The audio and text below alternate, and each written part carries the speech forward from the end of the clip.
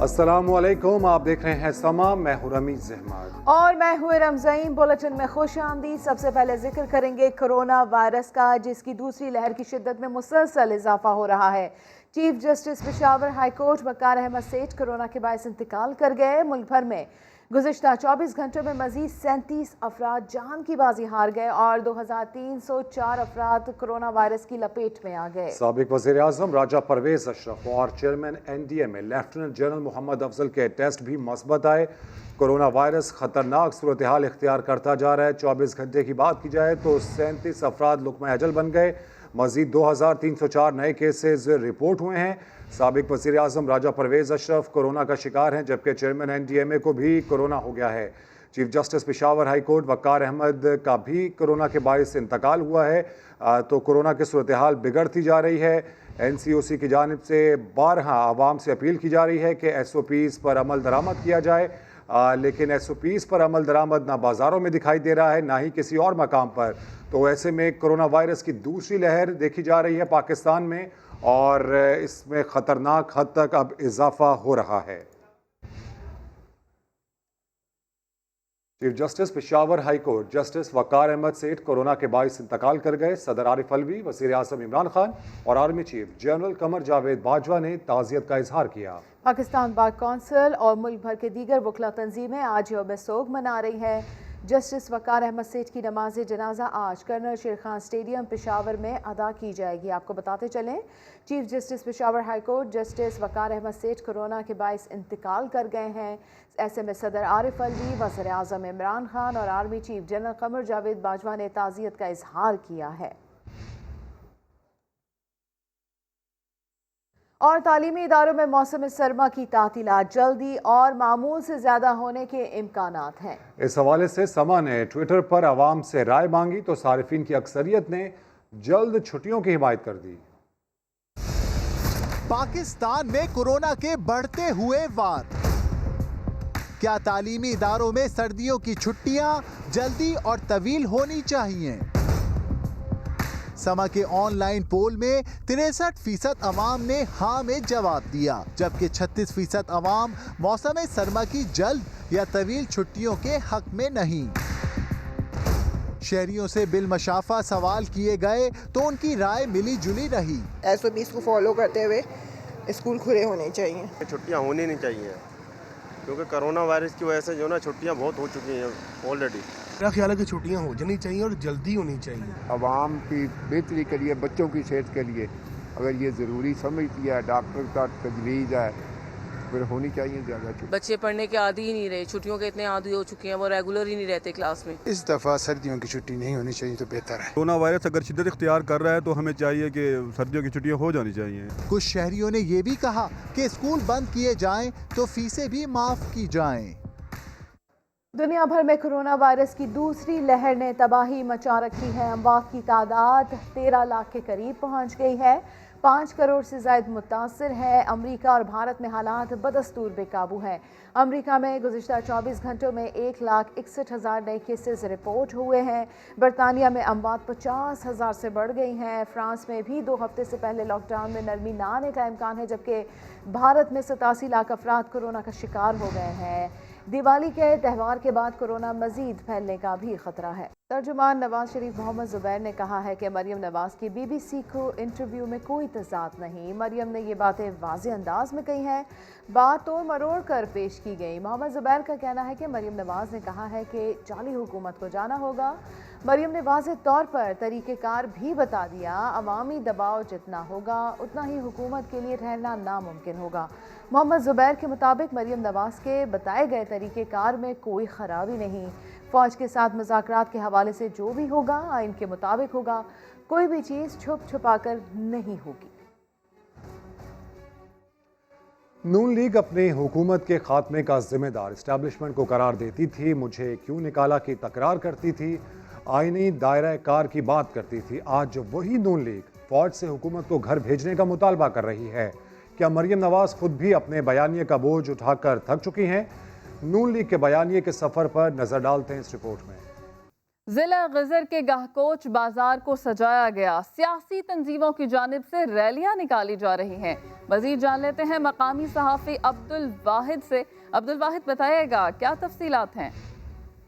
मैं इस वक्त डिस्ट्रिक्ट हेडक्वार्टर गागोज में मौजूद हूँ। यहाँ पर गागोज बाज़ार को मुख्तलिफ पार्टियों और उम्मीद पैना फ्लेक्स से सजाए गए हैं। हम अगर डिस्ट्रिक्ट गजर की बात करें तो यहाँ पर कुल 3 हलके हैं। उन 3 हलकों में टोटल वोटर्स की तादाद 1,15,316 है, जिनमें मर्द वोटर्स की तादाद 52,556 है, जबकि ख़वातीन वोटर्स की तादाद 62,316 है।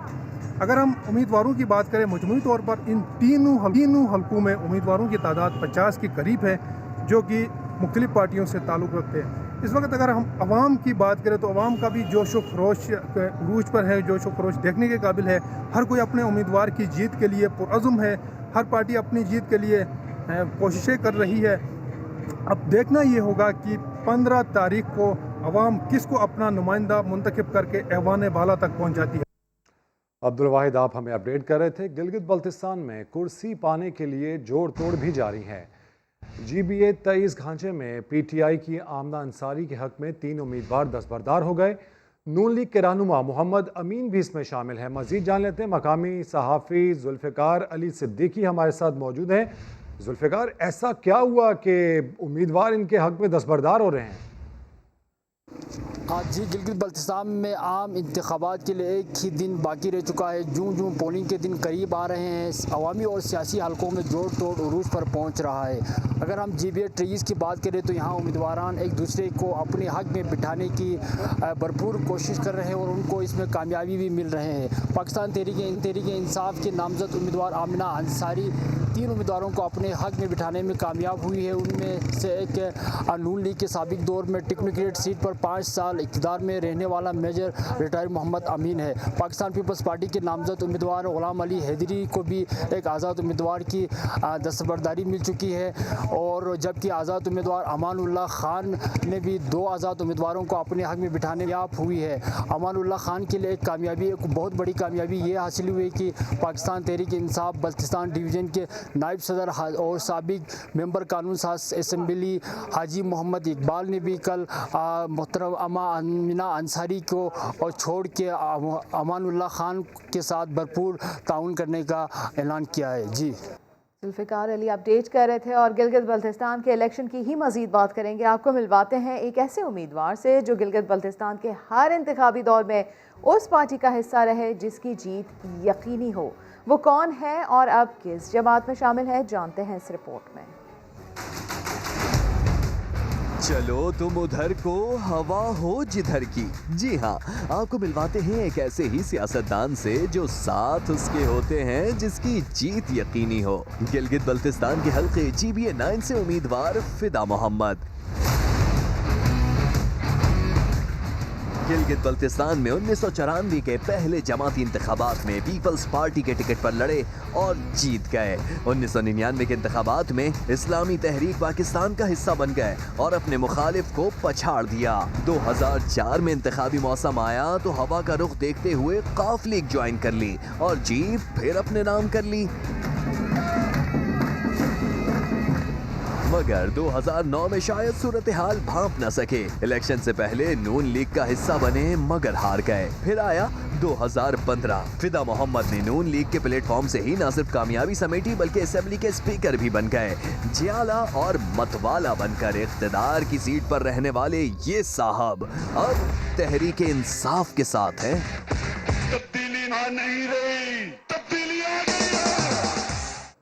वज़ीर आज़म इमरान खान ने उमर शेख को CCPO लाहौर क्यों लगवाया? इंटरव्यू में यह भी बता दिया। इमरान खान का कहना था कब्जा ग्रुप को मालूम था कि इस केस को वज़ीर आज़म खुद देख रहे हैं, इसके बावजूद उनके बहनोई के पड़ोसी को गोली मार दी।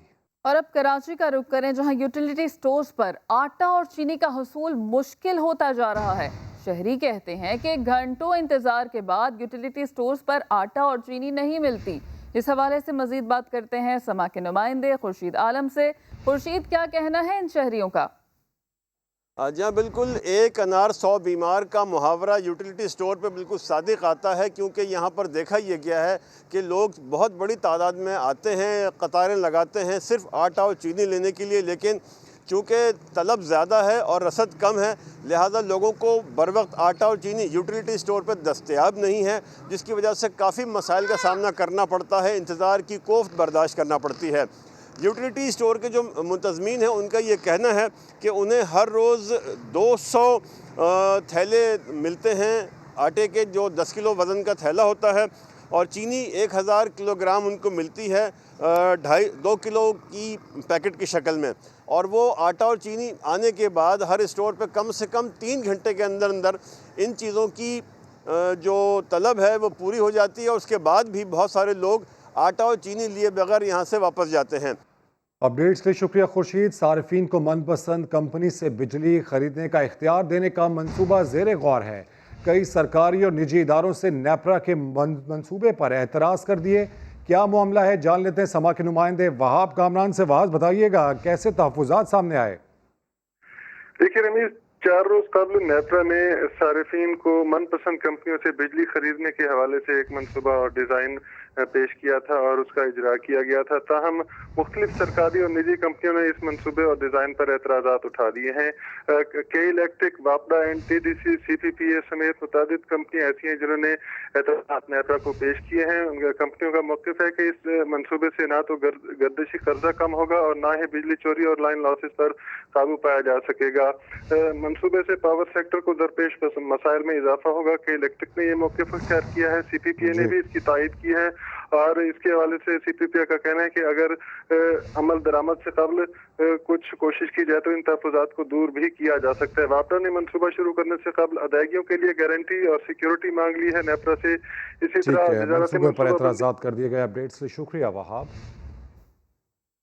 बिजली के बाद अब सुई गैस की बात करें तो सुई सदर्न गैस कंपनी की जानिब से जायद बिलिंग ने बुजुर्ग बेवा खातून को दफ्तर के चक्कर लगाने पर मजबूर कर दिया।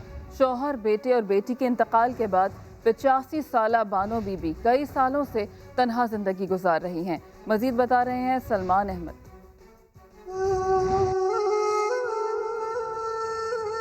12 साल हो गए मेरे आदमी को, बड़े मियाँ को मरे हुए।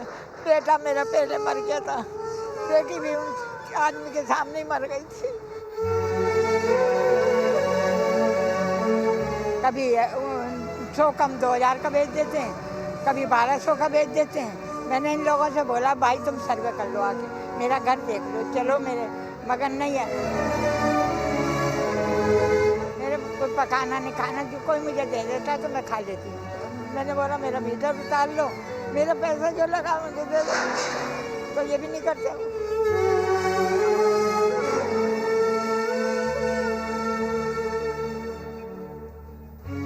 हर महीने आती हूँ, अगले महीने आई थी, 100 कम 2000 का था तो 550 का कर दिया था।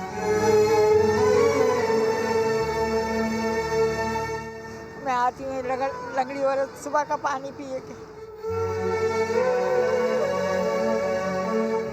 बैठ के पानी पी के बैठ के आती हूँ, बैठ के पानी पी के जाती हूँ। 200 250 जो तुम्हारा हक बनता है तुम ले लो, उससे क्या ले लो, मैं भर दूँगी, दे दूँगी। आगे लिए भीख मांगती हूँ कि मुझे किराया गैस के लिए जाऊँगी, ये भी भीख मांग के ये भी पूरा करते हैं वो लोग।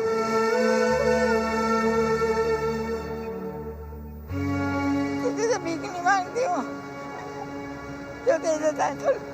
घर क्या है, दुनिया तौबा करती है। तुम भी चलोगे देखोगे, रोगे देख के, घर को रोगे क्या, माशाबा से तेरी हिम्मत। अच्छा जानवर भी नहीं रह सकता मेरे घर में, जानवर को भी बांध दो वो भी भाग जाएगा, ऐसा घर है मेरा।